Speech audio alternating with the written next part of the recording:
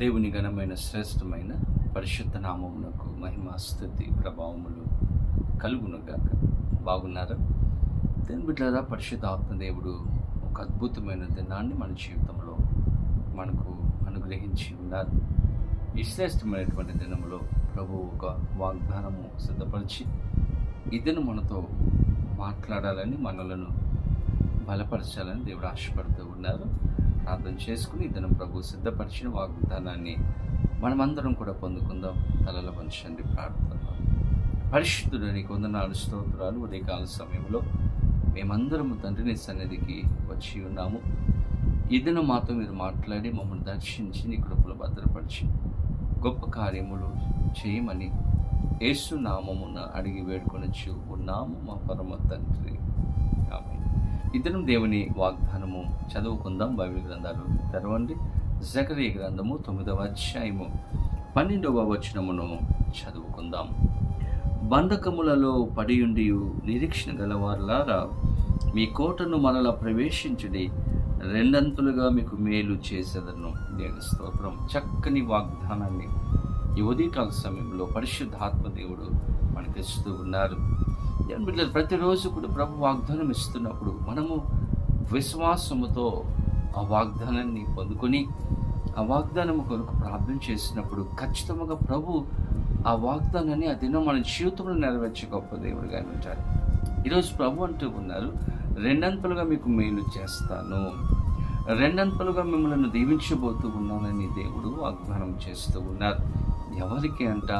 బంధకాలలో ఉండి నిరీక్షణ కలిగినటువంటి వారికి మాత్రమే దేవుడు రెండంతలుగా మేలు చేయబోతూ ఉన్నారు.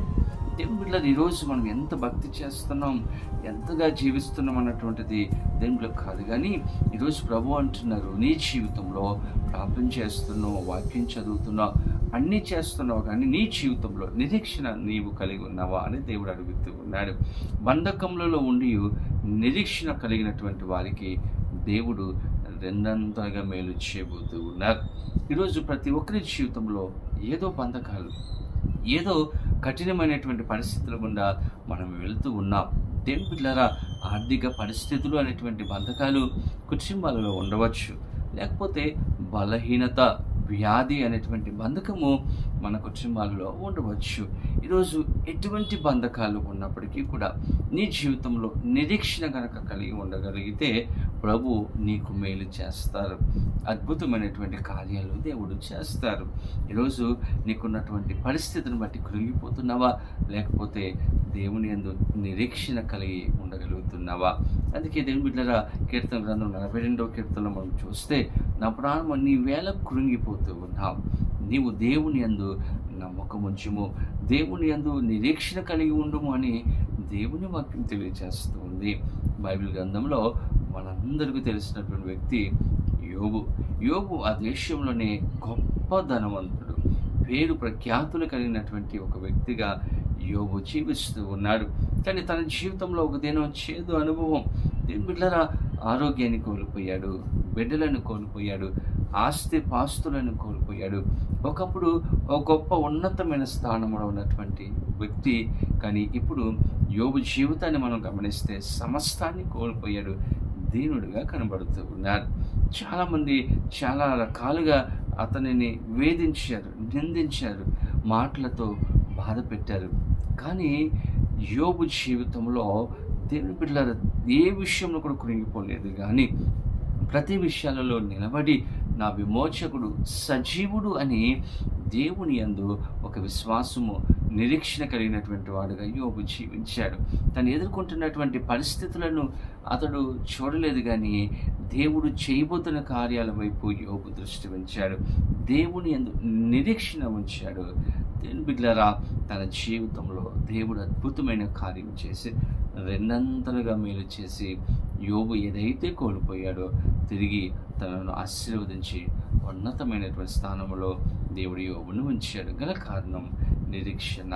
తన యొక్క కష్టాలలో, తన యొక్క బాధలలో, తన యొక్క ఇబ్బంది పరిస్థితులలో దేవుని యందు నిరీక్షణ కలిగినటువంటి వాడిగా అతడు జీవించాడు. ఈరోజు నీ జీవితంలో నీకున్నటువంటి సమస్యను బట్టి కృంగిపోతూ ఉన్నావేమో, ఇప్పటి వరకు కూడా నా జీవితంలో ఏ కార్యం కూడా జరగలేదు, అన్నీ ఆగిపోయాయి అని నీవు ఒక అపనమ్మకముతో నువ్వు జీవిస్తున్నావేమో, అవిశ్వాసముతో జీవిస్తూ ఉన్నావేమో, ఒకవేళ నిరుత్సాహములో ఉన్నావేమో, ఈరోజు దేవుని యందు నీవు నిరీక్షణ కలిగి ఉండగలిగితే నీ కష్టాలలో ప్రభు నాకు సహాయం చేస్తాడు, మూయబడిన తలుపులను మార్గాలను దేవుడు తెరుస్తాడనేటువంటి నిరీక్షణ కనుక మీ జీవితంలో మన జీవితాలలో మనం కలిగి ఉండగలిగితే ఖచ్చితంగా దేవుడు రెండంతలుగా దేవుడు ఆశీర్వదిస్తాడు.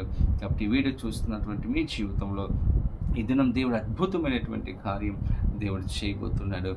రెండంతల ఆశీర్వాదం దేవుడు ఇవ్వబోతున్నాడు. అటువంటి కృప పరిశుద్ధాత్మ దేవుడు ఈ వీడియో చూస్తున్న ప్రతి ఒక్కరి జీవితంలో అనుగ్రహించి అటువంటి రెండంతల ఆశీర్వాదములు దేవుడు అనుగ్రహించి సహాయం చేయను గాక.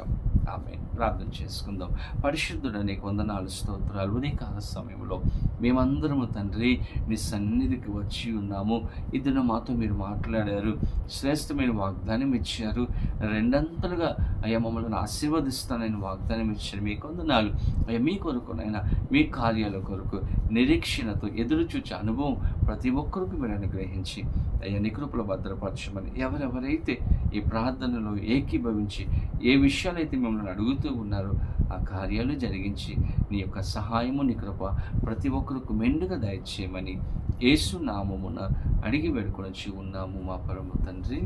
ఆమేన్. తండ్రి, కుమార, పరిశుద్ధ ఆత్మ త్రియేక దేవుని యొక్క దీవుని ఆశీర్వాదము సదాకాలము కలుగునగాక. ఆమేన్.